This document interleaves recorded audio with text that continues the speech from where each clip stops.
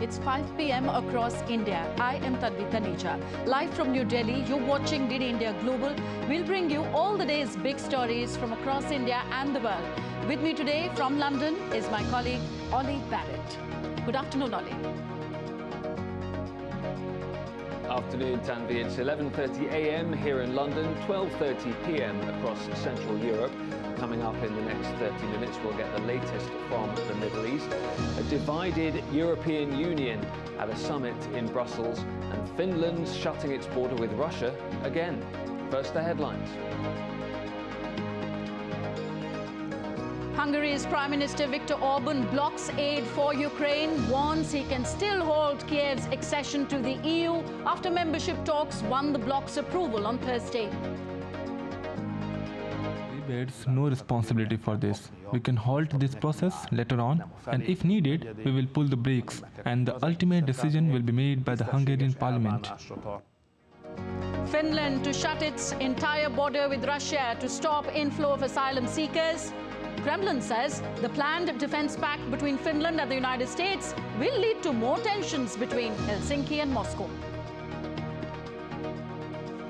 U.S. National Security Advisor Jake Sullivan, after his meeting with Israel's Netanyahu, sees precise targeting of Hamas as the new phase of Gaza conflict to continue meetings in West Asia on Friday. And the Philippines prepares for a potential conflict with China, with plans to repel Chinese forces boarding the Filipino vessels.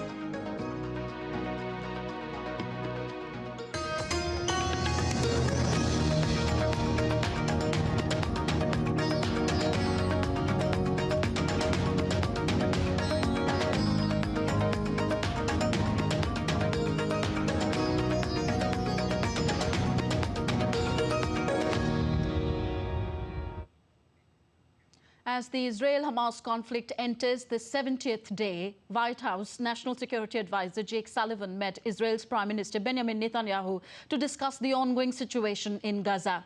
The two leaders discussed how to secure the return of hostages held by Hamas terrorists and the continuation of humanitarian aid for Gaza's civilians. During a media briefing on Friday, Sullivan said that the Israeli government doesn't have long-term plans to occupy Gaza. The Israeli government has indicated that it does not have a long-term plan to occupy Gaza, and that ultimately the control of Gaza, the administration of Gaza, and the security of Gaza has to transition to the Palestinians. Now, the question of how that transition occurs, over what timetable, that is also something that we are having intensive discussions about. But the U.S. position on this is clear. We do not believe that it makes sense for Israel or is right for Israel to occupy Gaza. Israel has the intent to make sure that it is drawing those distinctions clearly and in a sustainable way, and we want to see the results match up to that. That's a conversation that I had in full with them today and yesterday as well. Sullivan also stated that Hamas is using civilians in Gaza as human shields and that the terror group wants to eliminate the existence of Israel. On October 7th, you had a terrorist group, Hamas, come across the border from Gaza into Israel and massacre 1,200 people in a brutal and savage way.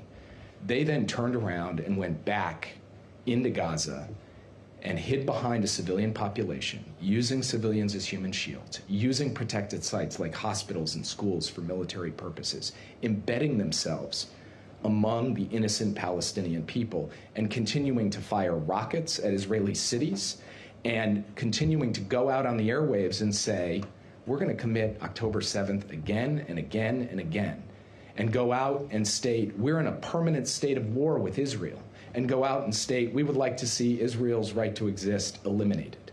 So that is the reality that the IDF is contending with when it goes in.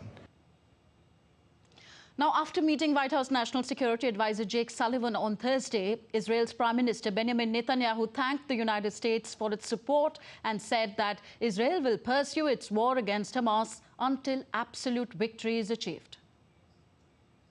I greatly appreciate the US support for Israel in the supply of munition for the Israeli army, in blocking the attempts at the UN to stop the fighting, and in the assistance in returning our hostages. I would like to clarify, the return of our hostages is the main goal. We are not relenting in our efforts even for a moment. Even at this moment, I told our American friends, our heroic soldiers have not fallen in vain. Out of the deep pain of their having fallen, we are more determined than ever to continue fighting until Hamas is eliminated, until absolute victory. US President Joe Biden's National Security Advisor Jake Sullivan will also meet Palestinian President Mahmoud Abbas in Ramallah on Friday. They are expected to discuss the conflict in Gaza and ensure that any October 7th-like Hamas attack on Israel never happens again. Senior US officials say that Jake Sullivan will discuss the ongoing efforts to revamp and revitalize the Palestinian Authority and reining in extremist settler violence against Palestinians in the occupied West Bank. Meanwhile, Israeli military recovered the bodies of 3 individuals on Friday, including 2 soldiers and 1 civilian. The victims have been identified as 28-year-old Elia Toledano and 19-year-old Israeli soldier Nick Beiser and soldier Ron Sherman. The military has not provided details on the circumstances of their deaths or the areas in Gaza where their bodies were recovered. The head of the UN's Gaza mission has warned that parts of Gaza are no longer habitable due to overcrowding and poor weather. Filipe Lazarini's 3rd visit to the region since the recent fighting broke out revealed worsening conditions in Rafah. UN warns of a humanitarian crisis. DD India's Sally Patterson has more. UNRWA Commissioner General Filipe Lazzarini says things have gone from bad to worse in Gaza. He'd been staying in Rafah, in the south of the Strip, near the border with Egypt, a city he called the epicenter of displacement. According to the UN agency, nearly 1.9 million people, more than 85% of the population in Gaza, have been displaced since fighting began in early October. The city of Rafah has quadrupled its population, with people forced to sleep outside overcrowded UN warehouses. They've set up makeshift camps, with families battling heavy rain and cold weather as winter sets in. Lazzarini said everywhere you go, people are desperate, they're hungry, and they're terrified. Aid is still only trickling into the Strip. He said some people he met hadn't eaten in 3 days. That's leading to people stopping aid trucks, grabbing food and eating it on the spot. The UNRWA chief repeated calls for an uninterrupted flow of supplies into Gaza and for an immediate ceasefire. That's something the Secretary General of the UN is also pushing for. But Israel and its allies, including the United States, say a ceasefire will give Hamas time to regroup and plan its next attack. Israel also accuses Hamas of using civilians as human shields and storing weapons in or near schools, hospitals and mosques. Sally Patterson in New York, reporting for DD India. And on to day 2 of the EU summit in Brussels. As EU leaders agreed to open membership talks with Ukraine, Hungary's strong opposition to it continues. My colleague Ollie Barrett is in London. He gives us more on this and other stories making headlines around the world. Ollie, Hungary still not relenting to its stance regarding Kyiv's accession to the EU. That's right, Tanvi. It is day 2 of the crucial EU summit in Brussels, where Hungarian Prime Minister Viktor Orbán has warned that he could still halt Ukraine's accession to the bloc, a day after the organisation agreed to open membership talks with Kyiv.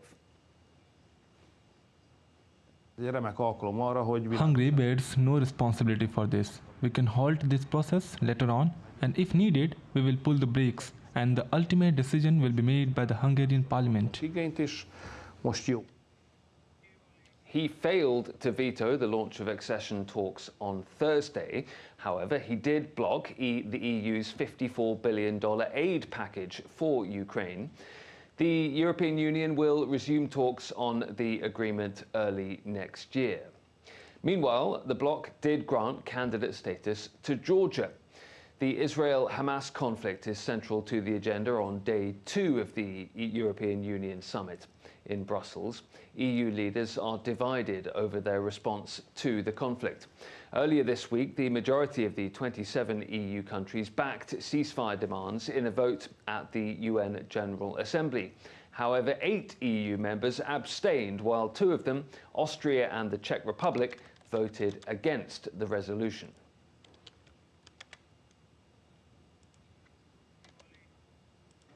The Kremlin says Ukraine's accession into the European Union is a remote prospect and could lead to destabilization of the bloc.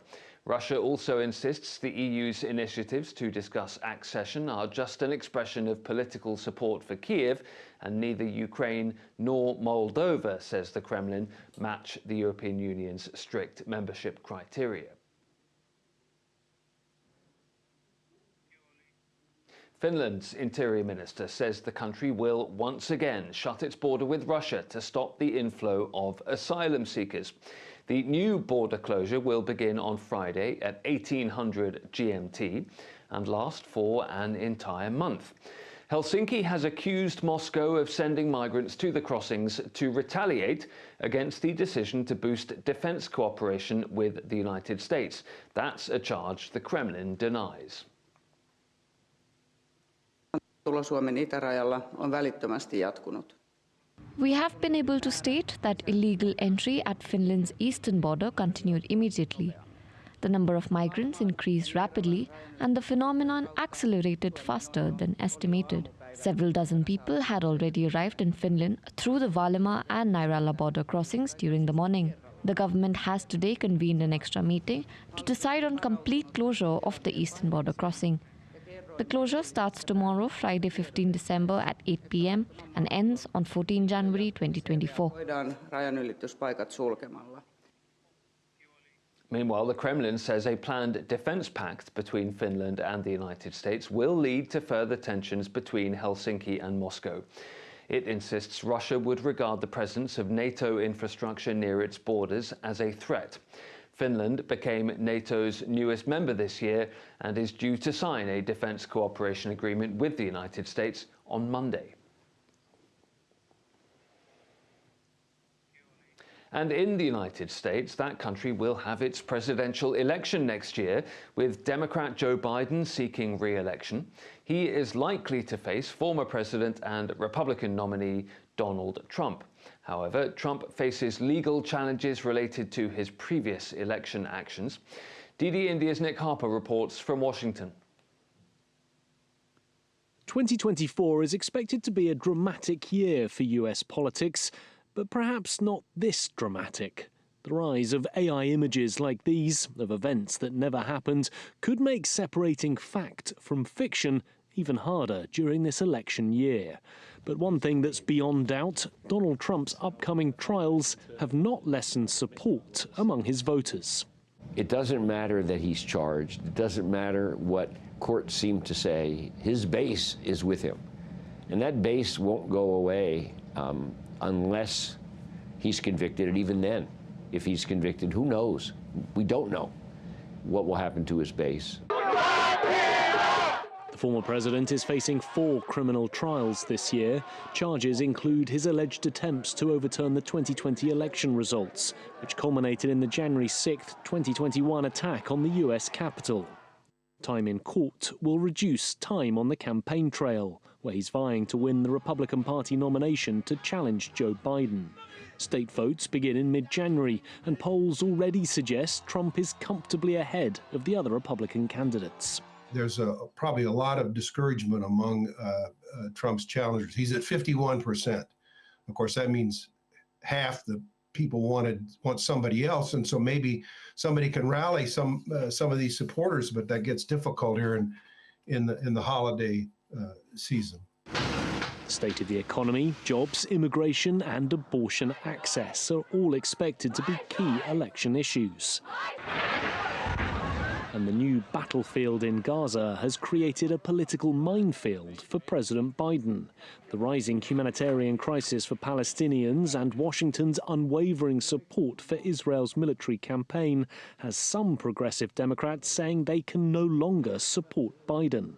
Josh Paul quit his job at the State Department in protest of the conflict and predicts it will hurt Biden at the ballot box. I think it will cost them politically. I think there is a disconnect between where the majority of the American public are and where the administration is and where many in Congress are. And I think that these series of events have really crystallized that disconnect. That said, I don't know that it will lead to any change in the immediate term in terms of America's posture towards the provision of lethal arms to Israel. Continued funding for Ukraine could also divide voters. Biden is pushing for billions of dollars in additional support, money many Republicans say should be spent at home rather than on a foreign conflict. There's still a long while until November's presidential election, when a Biden-Trump rematch is expected. Before then, there'll be many months of partisan politics and courtroom drama. Nick Harper in Washington, reporting for DD India. Elon Musk faces a legal challenge from the US Security and Exchange Commission over his takeover of Twitter. It wants him to testify regarding public statements and paperwork for the buyout. DD India's Caroline Malone reports. A legal challenge for the world's richest man as a judge rules he has to testify again. The Security and Exchange Commission, the top US markets regulator, is looking into his $44 billion takeover of Twitter, now X. He first disclosed he'd purchased stock in the company in April 2022. He gave the SEC documents and then testified via video conference. They received new paperwork and said they wanted him to testify again, and he said no. So they sued Musk in October to try and get him to testify, but his lawyers advised against it and said last month the SEC's pursuit of Mr. Musk has crossed the line into harassment. Well, there have been many years of animosity between the SEC and Musk, who's the owner of X, Tesla and SpaceX, since 2018, when he tweeted he had funding secured to take his electric car maker private. That also led to a shareholder lawsuit, but ultimately Musk was found not liable for misleading investors. Well, Tesla is still the world's most valuable automaker. But now Musk is being compelled to testify again about Twitter. All this at a time when the company is $13 billion in debt and is losing advertiser revenue. Caroline Malone in Washington for DD India. The Indian Minority Foundation here in London has organised an event to celebrate India's achievements under the leadership of Prime Minister Narendra Modi. The event honoured the significant contributions of the Indian diaspora. The event also included the UK launch of PM Modi's book titled Igniting Collective Goodness, Man Ki Baat at 100. The event was attended by UK parliamentarians across party lines and diaspora leaders as well. What I've seen from Prime Minister Modi, he really energises India. He energises the relationship between the UK and India. It really is powering ahead to not only be one of the world's leading economies, but a driver towards helping in the developing world as well. I saw the digital public infrastructure, MOSIP, that has increased the number of Indians with bank accounts from 8% only a few years ago to 80% now in record time. And that can only happen through imagination, innovation, but dynamism and energy. And Prime Minister Modi has really helped drive that. Back now to the person who energises this bulletin every day, Tanvi. We do it together, Ollie. Thank you. Ollie Barrett joining me from London. You're watching DD India Global, still to come on this show. Speculations rife in Japan over the fracturing in the ruling party's cabinet as Premier Fumio Kishida faces trust deficit amid financial scandal.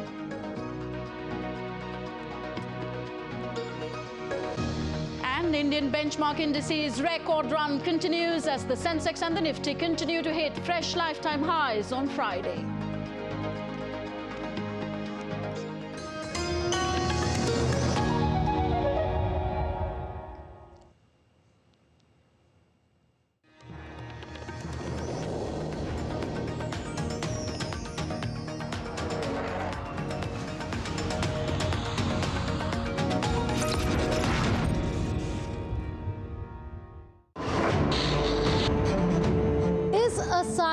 infertility epidemic beginning to slowly engulf the human race? Get the answer on Connecting the Dots every Friday at 8 p.m. IST on DD India. What is China's real Belt and Road Initiative game plan? Is it all about world domination, and is its end game nearing? Know it all on Connecting the Dots every Friday at 8 p.m. IST on DD India.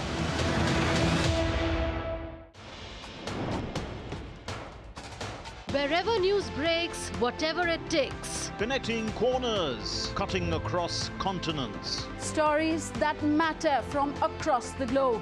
Accurate, authentic journalism that serves you right. From politics to glamour, from sports to world affairs, with a fusion of aesthetics and substance. Introducing news in a new avatar. Experience the world through a new lens. Stay tuned to DD India for an exciting journey beyond borders.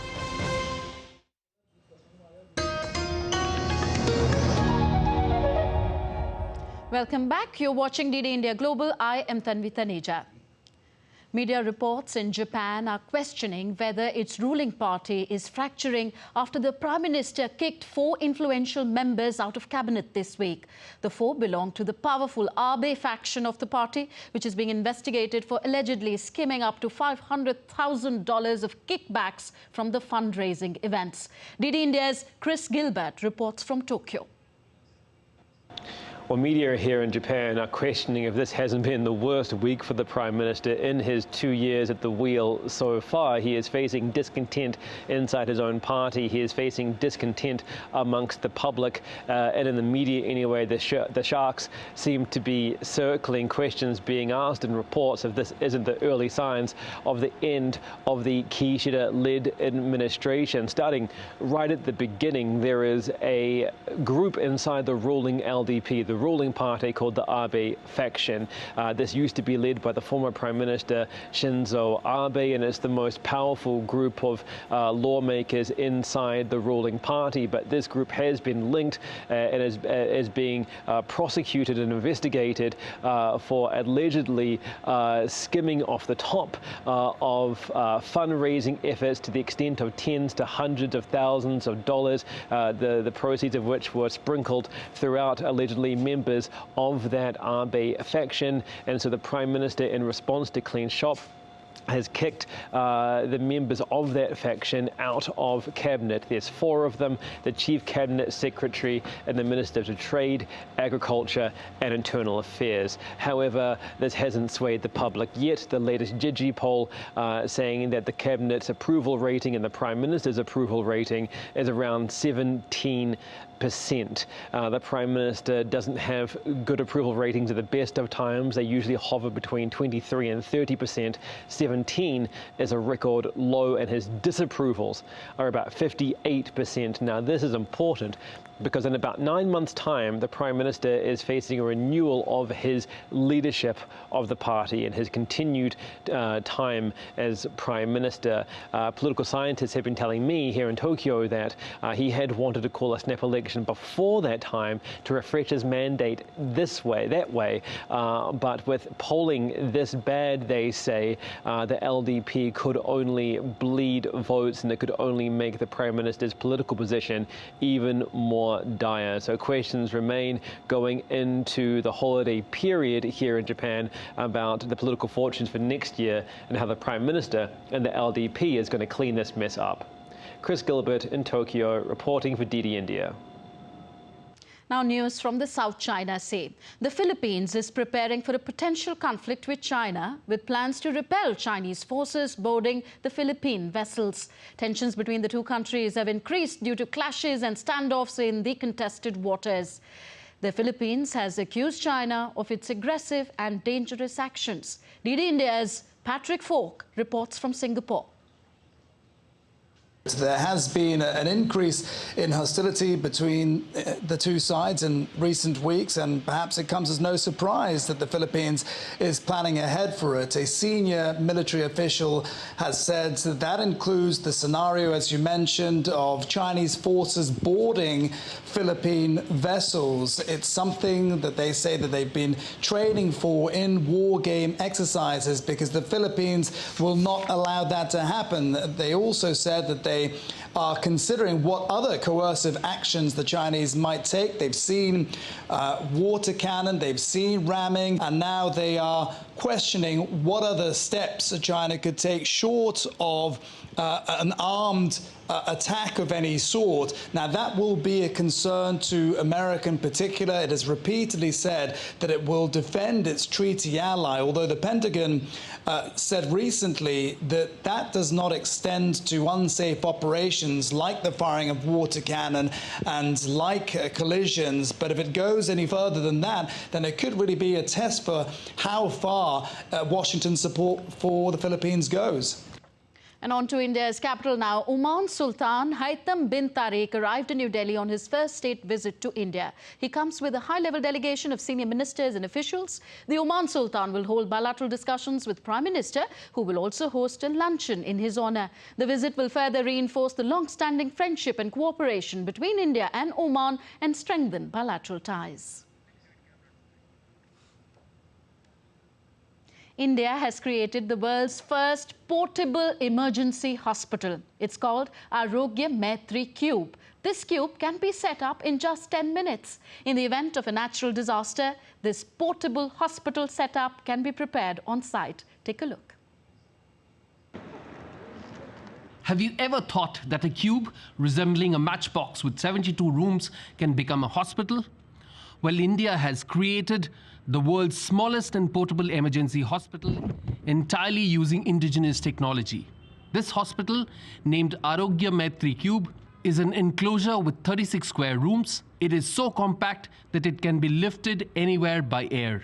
In any emergency situation, it can be set up as a hospital within 10 to 15 minutes at any location. The hospital includes an ICU, OPD, operation theatre, beds, medicines, and food supplies. It can treat 200 people and accommodate 100 patients on beds for up to 48 hours. दुनिया के सामने ये आरोग्य मैत्री लेकर आए हैं, जिससे हम हेल्प प्रोवाइड करना चाहते हैं। ज़्यादा से ज़्यादा हम जानें बचाना चाहते हैं, क्योंकि सबसे बड़ा हमारा मोटिव है एवरी लाइफ मैटर्स। हर एक जान बहुत कीमती है और हमारी ज़्यादा से ज़्यादा जानें शुरू के 1 घंटे में चली जाती हैं, जिसे हम गोल्डन आवर बोलते हैं।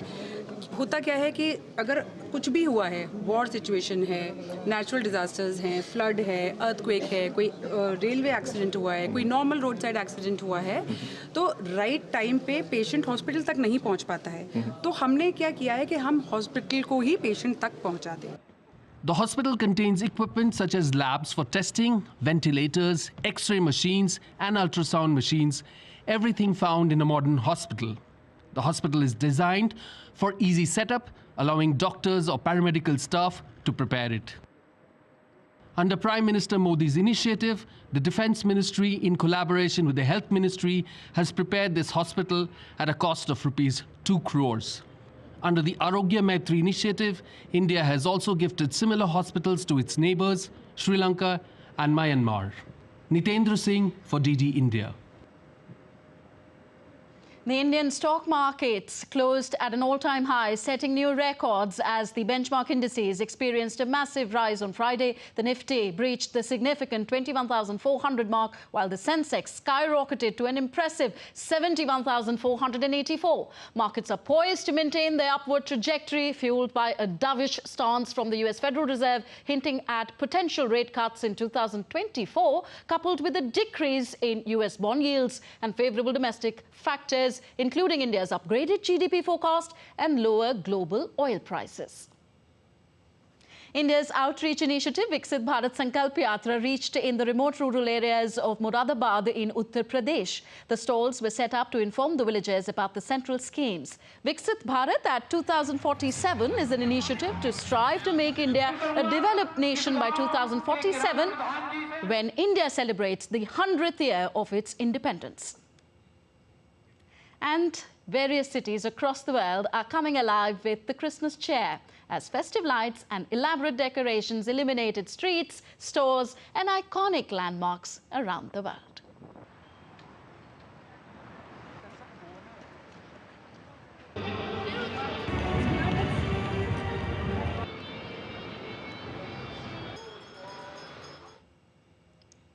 So that's all in this edition of DD India Global. Do let us know your thoughts on the news of the day. I'm Tanvi Taneja from my entire team in New Delhi. Thank you for watching. Namaskar.